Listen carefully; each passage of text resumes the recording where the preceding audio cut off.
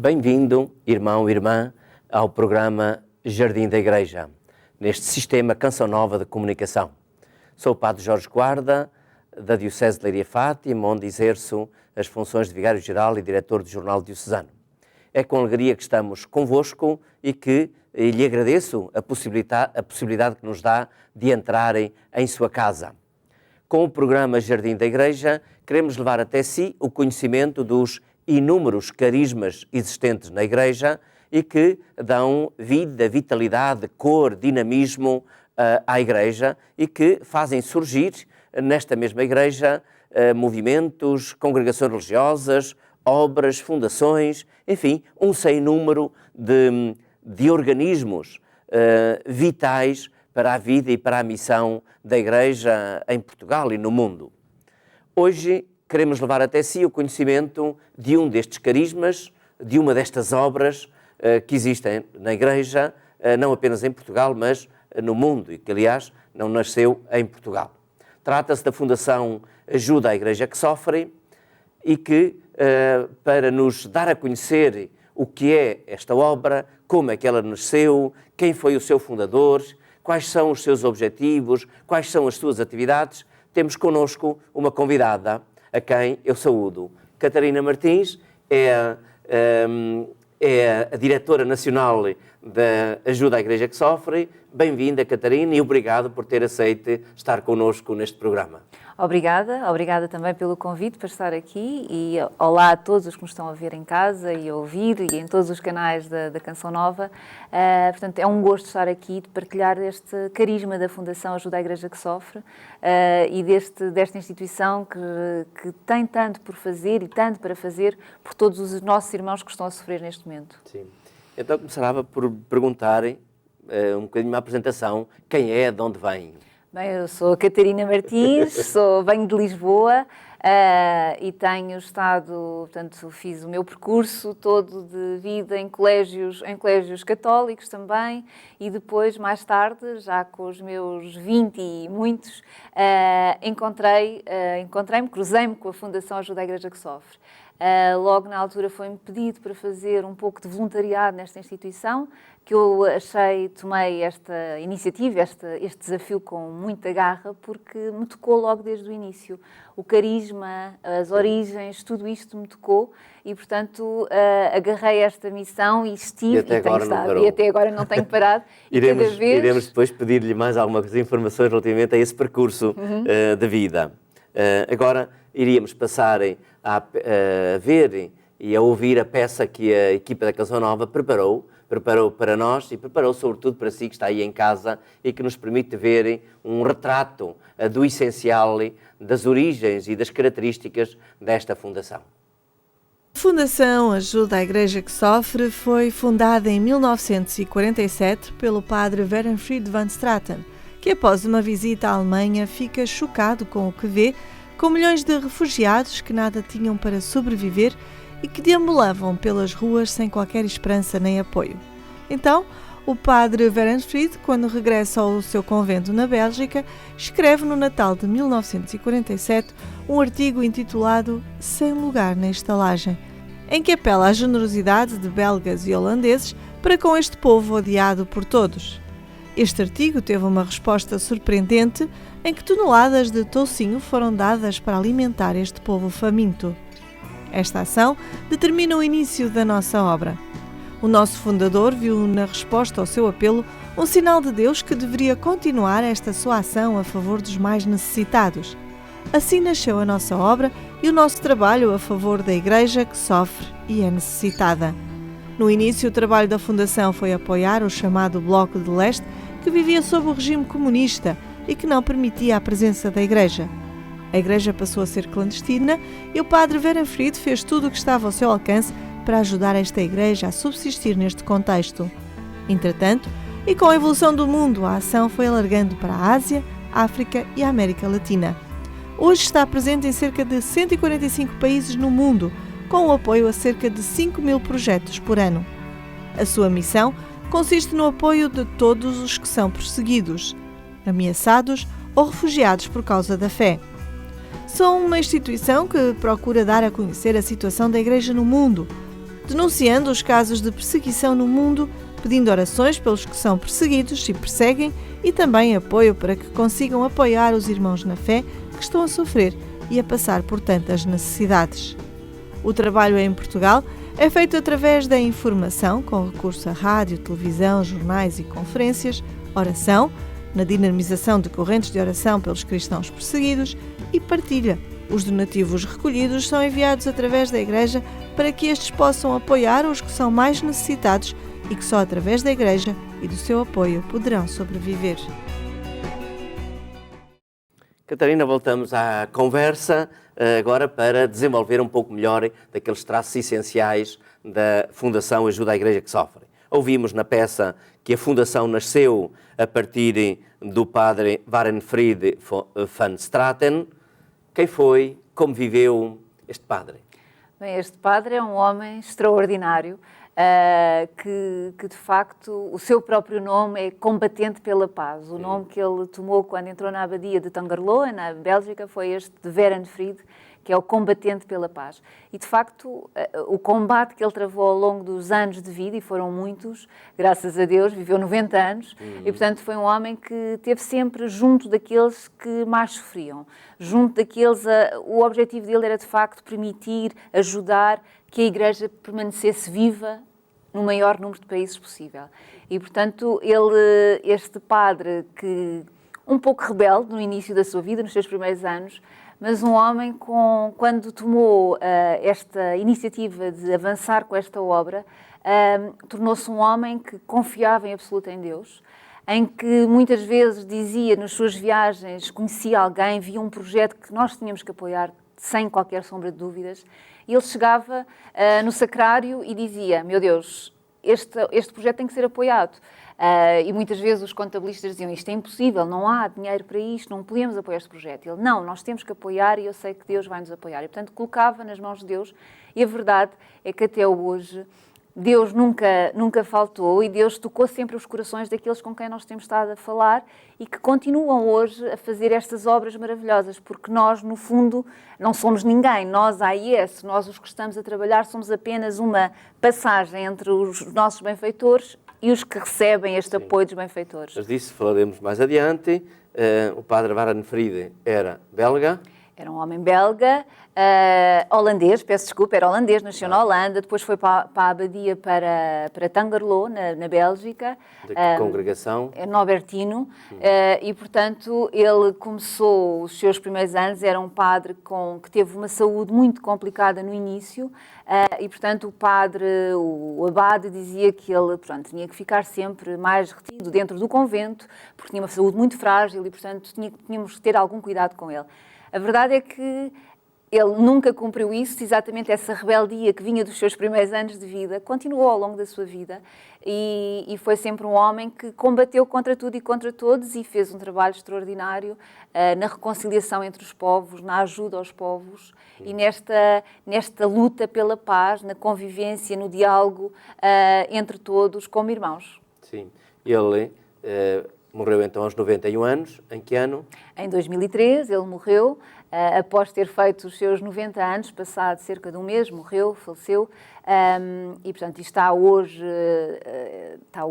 na Alemanha, portanto onde é a nossa sede hoje, a sede internacional da instituição, e está na Alemanha, junto onde nós vamos, sempre que vamos à Alemanha fazemos esta visita ao seu túmulo, também para prestar esta homenagem. É uma memória viva. É uma memória viva e de um homem extraordinário. Então vamos às origens. Como é que tudo surgiu? Que factos, que intuições com que se deparou o padre Warenfried, de tal maneira que tudo começou a partir daí? Bem, o padre Warenfried, quando no fim da Segunda Guerra Mundial, chegou um pedido à abadia dele para aquela comunidade ir até a Alemanha ver o que é que poderia fazer. E o padre Warenfried, quando chegou à Alemanha, foi nessa comitiva, nesse grupo de trabalho à Alemanha, e ficou chocado com o que encontrou. Dos milhões e milhões de pessoas que andavam na rua, em que nada tinham, um país destruído, um povo odiado por todos, considerado o culpado de toda a desgraça que tinha acontecido naqueles anos na Europa. Portanto, um povo que não tinha esperança, não havia nada para estas pessoas. Portanto, eram cerca de 14 milhões de refugiados que andavam nas ruas da Alemanha, sem nada. E este padre, quando voltou à sua abadia, disse: meu Deus, eu tenho que fazer alguma coisa, não posso ficar indiferente a este sofrimento, eu tenho que fazer alguma coisa. E então escreveu um artigo num jornal da Bélgica, em que publicou na Bélgica e na Holanda, as suas pátrias, no fundo, em que pediu o artigo que é intitulado Sem Lugar na Estalagem, num Natal de 1947, em que apela a, de facto, que as pessoas abram a porta para que Nossa Senhora e São José entrem para acolhermos o próximo. E toda a gente dizia: isto é uma loucura, os alemães são odiados e vais pedir aos belgas e aos holandeses para apoiar os alemães. E ele confiou em Deus, escreveu, e de facto foi um artigo com um impacto muito, muito grande na opinião pública. O mais engraçado deste artigo é que o padre Benefrido apelava a que as pessoas dessem o que tinham. E na altura as pessoas não tinham muito, estamos a falar 2 anos após a guerra, o fim da guerra, portanto não havia muita disponibilidade, mas as pessoas tinham comida, tinham tocinho em casa. E portanto este padre, nesta campanha, recolheu tantas toneladas de tocinho que ficou conhecido como o Padre Tocinho até ao fim da sua vida. Portanto, que é uma história muito engraçada, mesmo este início de recolha para os bens essenciais, que era efetivamente o que a Alemanha, na altura, os alemães necessitavam. Comida, roupa, tudo o que fosse necessário naquele momento. E isto marca, de facto, o início da nossa obra, porque o Padre Verenfried escreveu este artigo com o objetivo de ser um artigo pontual, para uma ajuda pontual, e pronto, e ficava por ali. Ficava tudo por ali. Tudo por ali. Abria e fechava naquele episódio. Exato, e arrumava e pronto. Mas, de facto, ele quando viu a resposta, sentiu como um sinal de Deus. Sentiu que era Deus a dizer-lhe que tens que continuar, porque há mais pessoas que necessitam de ajuda. E, portanto, este padre, depois desta iniciativa, teve muitas outras. Foi, de facto, um homem muito criativo, muito pioneiro no sentido de fazer. Era um homem com... Os discursos dele são extraordinários, de palavras que tocavam muito todas as pessoas que os ouviam. Como é que ele depois começou a organizarem, enfim, a partir desse acolhimento, dessas dádivas... Pronto, depois temos que nos lembrar que estamos numa Alemanha, uma divisão da Europa, 2 blocos, em que um bloco de leste, em que nenhuma religião era permitida, em que padres, irmãs foram levados para campos de reeducação, muitos foram mortos, portanto, uma situação muito violenta. E este padre achou que esta ajuda pontual para a sobrevivência estava feita, mas era preciso ajudar esta igreja que estava do lado de lá da cortina, a sobreviver. E foi este o grande trabalho dele. Ele, quando saiu da sua abadia na Bélgica, foi até a Alemanha, a um seminário que é hoje a nossa sede, que entretanto foi entregue pela Diocese para ser a nossa sede na Alemanha. Portanto, era um seminário de um padre em que o bispo desta Diocese também estava muito preocupado com todos os seminaristas que fugiram, alguns conseguiram fugir antes deste muro, e portanto este seminário existia para ajudar todas essas pessoas, acolher todas essas pessoas que queriam fugir desta nova realidade que a Europa vivia. E portanto o padre Verenfried juntou-se a este bispo, juntou-se neste seminário, começar a recolher fundos para ajudar estes seminaristas a acabar a sua formação, ajudar os padres e irmãs que continuavam do lado de lá, indo muitas vezes clandestinamente, levar os seus donativos, levar bíblias, levar tudo o que fosse necessário para que estes padres continuassem a ser... O seminário fica próximo da linha divisória. Não fica próximo, mas ele fazia os seus caminhos e ia muitas vezes até outros países por terra com o objetivo de levar um sustento, um alento, um conforto, saber que não estão sós, nós estamos convosco. E, portanto, este padre fez este trabalho de ajudar esta Igreja de Leste, que foi um trabalho muito importante, e muitos dos seminários, muitas das congregações que existem hoje na Europa de Leste foram financiados por nós, foram apoiados por nós, sobreviveram com o nosso apoio, mas este padre, com o seu espírito, quando viu as coisas a andar para aquele lado, fez uma visita à Madre Teresa de Calcutá e ficou também chocado com o que encontrou com esta irmã. E então pensou, bem, eu tenho que alargar o meu trabalho, não posso ficar só nesta igreja da Europa de Leste, eu tenho que me virar também para a Ásia. E assim foi, portanto, cresceu, desenvolveu o seu trabalho para a Ásia, mais tarde a África, América Latina, e hoje somos, de facto, uma instituição que estamos em 145 países no mundo E, portanto, a apoiar. a ajuda é para todo o mundo, de certa É maneira. para todo o mundo, sim. E esta vontade do Padre Werenfried de ajudar a Igreja a estar presente em todo o lado, ajudar a minorar o sofrimento da Igreja onde quer que ela esteja a ser perseguida, onde esteja a sofrer, é este o grande objetivo do Padre Werenfried. Sim. Por detrás da intuição e depois da ação do Padre Werenfried há, digamos, um carisma, há uma luz do Espírito Santo, um impulso. Ele soube olhar aquela realidade, aqueles factos dos refugiados que encontrou e aí encontrou, digamos assim, a luz, digamos assim, para agir. Normalmente um carisma pode ser definido como uma palavra de Deus que é vivida de uma forma original ou de uma forma particularmente intensa por uma pessoa ou por um grupo de pessoas. Existe esta palavra de Deus no caso, digamos, que exprime, por assim dizer, o carisma da Fundação Ajuda à Igreja que Sofre? Sem dúvida que existe, e eu vou aqui, portanto, o Padre Werenfried, na carta aos Coríntios, encontrou este carisma da instituição, aqui na parte em que se fala que... Capítulo 12. O capítulo 12, no versículo 26, em que se fala, portanto, desta igreja como um corpo, em que se dá esta dimensão de todos os membros terem a mesma solicitude uns para com os outros. Então o Padre Werenfried, no versículo 26, em que fala, se um membro sofre, com ele sofrem todos os membros. E foi aqui que, de facto, este padre se inspirou, porque é o que ele nos diz e é o que nós continuamos a fazer. Onde quer que haja um cristão, onde quer que haja um irmão nosso que esteja a sofrer, nós temos que estar com ele. E muitas vezes, e é o grande carisma da nossa instituição, é a oração também, de estarmos apoiados, suportados com esta oração.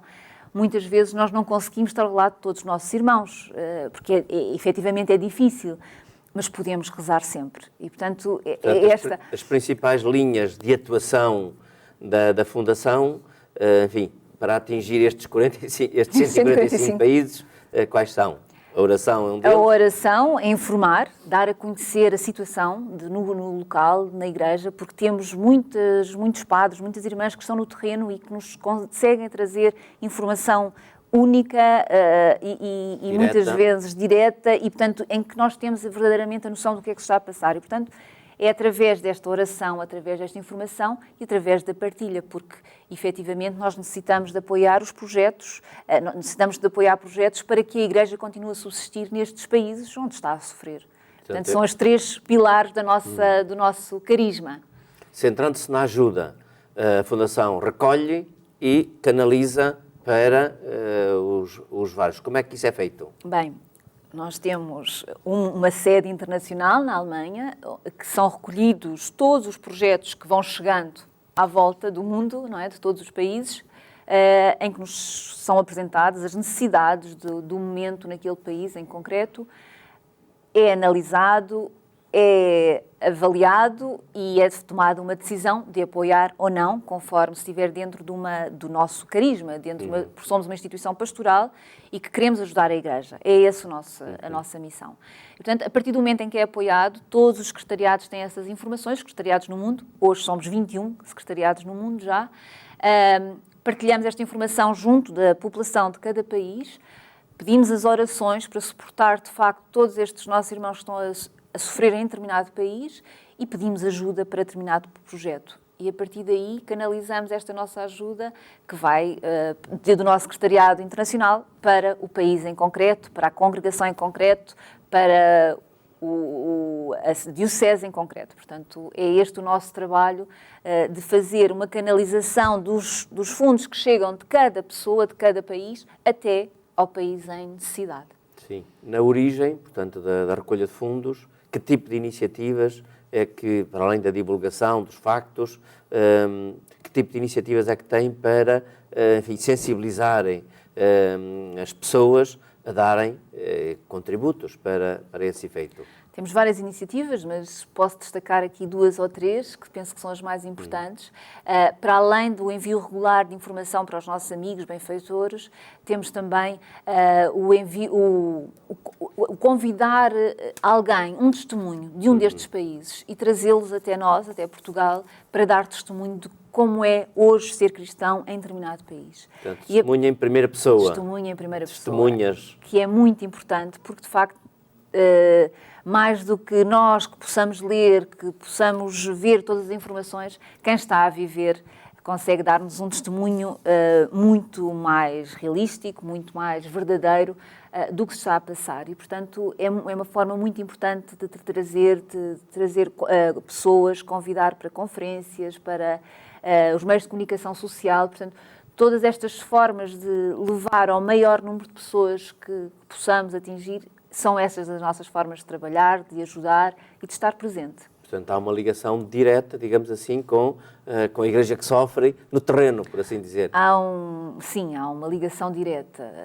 Diariamente recebemos muitas informações e por exemplo, todas as pessoas que vão passando aqui em Portugal, eu falo regularmente porque são pessoas que nos tocam, porque não são testemunhos, são cristãos que vivem dificuldades que muitas vezes nós não conseguimos sequer compreender. E, portanto, eu mantenho contacto quase diário ou semanal com estas pessoas, porque, de facto, são pessoas a quem nós nos sentimos muito ligados, porque é uma das coisas que eu acho que é mais bonito neste trabalho, neste serviço para os outros, é, de facto, eu saber que, através de um donativo da ajuda à Igreja que sofre, nós estamos a permitir que um padre, que uma irmã, continue a trabalhar no terreno.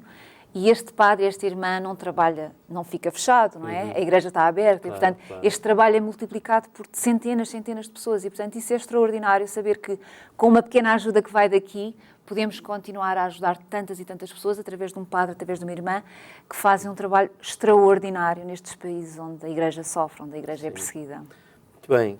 Catarina, falámos do padre Warenfried, falámos da Fundação e agora a sua história. Como é que, no princípio já começou por dizer, como é que se deparou com esta Fundação, como é que se deixou fascinar por ela, a ponto de se tornar a principal responsável em Portugal da Fundação? Bem, quando eu conhecia através de um amigo, soube que era preciso apoiar, através do voluntariado, esta instituição, numa altura crítica, que estavam a fazer celebrações dos 50 anos da instituição. Portanto, já estamos a celebrar quase os 70 anos da instituição, já passaram quase 20 anos. E, portanto, nessa altura, eu decidi dar um bocadinho do meu tempo, se não me engano, 3, 4 vezes por semana, e que ia algumas horas ajudar. E foi começar a contactar com uma realidade que eu própria não conhecia. Não tinha noção da existência deste corpo da Igreja que sofre, que está em tantos países e que vive de uma forma tão necessitada. E, portanto, isto tudo foi mexendo comigo até que foi-me feito o convite para ficar e estar a trabalhar efetivamente nesta instituição. E todos os dias eu acho que, de facto, isto é uma missão de vida, estar ao serviço dos outros. E como dizia há pouco, e tivemos agora aqui há dias uma irmã da Síria que está em Alepo, e ela dizia, eu só consigo estar em Alepo porque recebo o vosso apoio, que me permite ajudar cerca de 1000 famílias em Alepo, porque eu não suporto mais ouvir o choro, a dor, o sofrimento desta população. E, portanto... Então, Catarina, estamos mesmo a terminar. Se alguém que nos ouve, que nos vê, quiserem colaborar com a ajuda à Igreja que sofre, como é que o pode fazer e que tipo de contacto é que pode estabelecer? Bem, em primeiro lugar, pode telefonar-nos para o nosso telefone, para o 217544000, que estamos em Lisboa, mas também aqui em Fátima temos uma casa na Rua Francisco Marto, número 205. Estamos ali com as portas abertas para quem quiser entrar, para quem quiser conhecer melhor. São voluntários que estão a acolher as pessoas e que podem dar a conhecer um pouco melhor a instituição e, portanto, é através desta primeira porta, deste primeiro contacto que podemos mostrar o que é que pode fazer. E, de facto, Como eu já disse, a oração em primeiro lugar é o mais importante e pedimos sempre, não se esquecerem todos os dias de rezar por estes nossos irmãos que sofrem, que estão a ser perseguidos por causa da sua fé, e depois apoiar nos projetos em concreto, porque temos 145 países. O ano passado, em 2014, apoiámos cerca de mais de 5 mil projetos em todo o mundo. Portanto, há muitos países que necessitam de ajuda, há muitos projetos que necessitam de serem financiados para podermos ajudar. Portanto, basta entrar em contato connosco e enviaremos mais informações, daremos todas as informações necessárias para que quem nos está agora a seguir neste programa possa também juntar-se a esta família da ajuda à Igreja que sofre. Como estamos em Fátima, as pessoas poderão Exato, visitar então a sede. Aqui a sede de Fátima, que é a mais próxima, claro. Portanto, E mais acessível, mais pelo menos para quem vem a Fátima. Sim, quem vem a Fátima, exatamente, sim. Muito bem, Catarina, obrigado. Haveria muitas outras coisas para dizer e para contar, mas o nosso tempo terminou. Obrigado por esta participação, por este desenvolvimento entusiasmado sobre a Fundação de Ajuda à Igreja que Sofre. Muito obrigada também. E obrigado também a si, que nos permitiu entrar em sua casa e que aí ficou a escutarem estas belas histórias da ação do Espírito, da ação do Espírito de Cristo que age nas pessoas e naqueles que se deixam tocar por Ele. Vamos invocar a bênção de Deus sobre si e sobre todos aqueles que estão aí em sua casa. O Senhor esteja convosco. Ele está no meio de nós. Abençoe-vos, Deus Todo-Poderoso, Pai, Filho e Espírito Santo. O Senhor Jesus fique consigo e lhe dê a sua paz. Até ao próximo programa, se Deus quiser.